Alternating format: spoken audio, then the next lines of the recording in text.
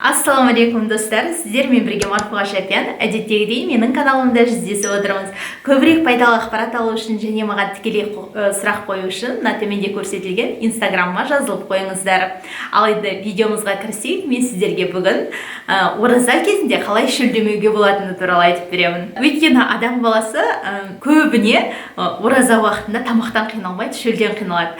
Өйткені өзімізден де білеміз, әсіресе қазіргі уақытта күннің ыстық уақыты, енді бұрынғыдай жазға келіп жүрген жоқ, қазір көктем кезі, дегенмен де қазір ыстық уақыттар бар. Адам кешке дейін кейде бір ауыр жұмыстар істеп қалады, сонда шөлдейді. Міне сол шөлді басу үшін бірнеше кеңестер ұсынбақпын. Ең біріншісі ол сәресі кезіндегі су мөлшері. Көп адамдар сәресі кезінде кешке дейін шөлдемейін дейді, жан таласып су ішіп алады. Негізі ол кездегі су сізге онша пайда бермейді. Одан гөрі кешке ауыз ашасыз ғой, мына ауыз ашқаннан кейін ауыз ашар мен сәресінің аралығындағы уақытта көбірек су ішсеңіз, міне сол сізге пайдалы. Өйткені сол су бойға да сіңеді және сіздің шөлдемеуіңізге әсер етеді. Ал сәресі уақытында ішкен суды бүйрек бірден сыртқа шығарып тастауға асығады екен. Екінші кеңес, жалпы ғалымдар бұл уақытта салқын су, яғни суық су ішпеуге кеңес береді. Ауыз ашқаннан кейін мүмкіндігінше суық су ішпеңіз, керісінше жылы су ішуге тырысыңыз. Сонымен қатар түрлі бояғыштары бар, мысалы адамдар түрлі напитоктар, газдалған сусындар ішіп жатады.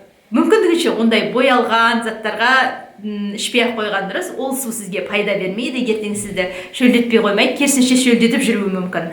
Ал оның орнына табиғи сулар ішуге болады. Мысалы каркаде деген сияқты, немесе кәдімгі өзіңіз қолдан жасалған алманың шырыны дегендей, міне сондайларды ішуге болады. Ал ең абзалы, ең дұрысы әрине құр су ішкен. Одан да пайдалысы құр су ішіңіз, немесе табиғи шай ішуге болады. Әрине шайдың мөлшерінде көбейтпеген абзал. Ал үшінші беретін кеңесіміз ол тұзды тамақтарды мүмкіндігінше азайтыңыз және тұздалған дүниелерді жеуді азайтыңыз.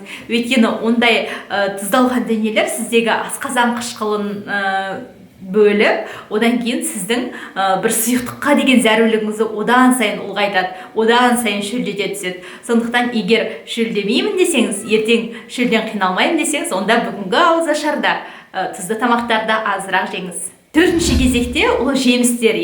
Ғалымдар негізінен барлық жемістерін жеуге кеңес береді, бірақ соның ішінде әсіресе мына судың мөлшері жоғары жемістерді көбірек жеңіздер дейді. Ол қандай жемістер десек, ол қарбыз жеңіздер дейді. Енді қазір әлі қарбыздың маусымы бізде бола қойған жоқ десек те, егер алдағы уақытқа бір кеңес, егер қарбыздың кезеңіне түсіп жатсаңыздар, қарбызды көбірек жесеңіздер, бұл пайдалы болады екен.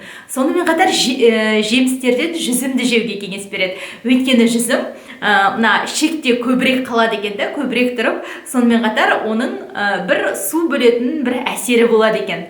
Сондықтан да осы екі жеміске көбірек назар аударыңыздар. Жалпы жемісті көбірек жеңіздер. Сонымен қатар кофеині бар сусындарға жоқ деңіз дейді.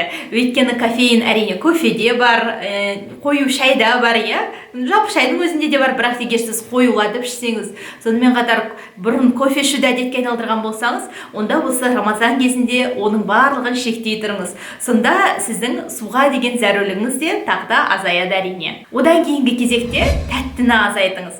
Себебі тәттіні көп жесең, ол да сіздің шөлдеуге алып келеді. Сол себепті де кешкі уақытта тәтті жеңіз, бірақ мен бұны өзім айтып отырып, өзім тәтті жақсы көрем, тәттіні көп жеймін. Бірақ егер мүмкіндіктеріңіз болып жатса, шыдап жатсаңыздар, тәтті жемей қоюға осы Рамазан кезінде барынша тырысыңыздар. Менің жаңаға берген кеңестерім сіздерге пайдалы болады деген ойдамын. Ораза кезінде қатты шөлдемеулеріңізге тілектеспін. Ал тіпті шөлдеген жағдайда да оның Алла тағаланың алдында бір үлкен сауабынан үміт етіңіздер дегім келеді. Және де сіздерге тағы бір ескертіп кетейін. Менің инстаграмыма жазылып қойыңыздар. Ол жақта да өте пайдалы ақпараттар көп.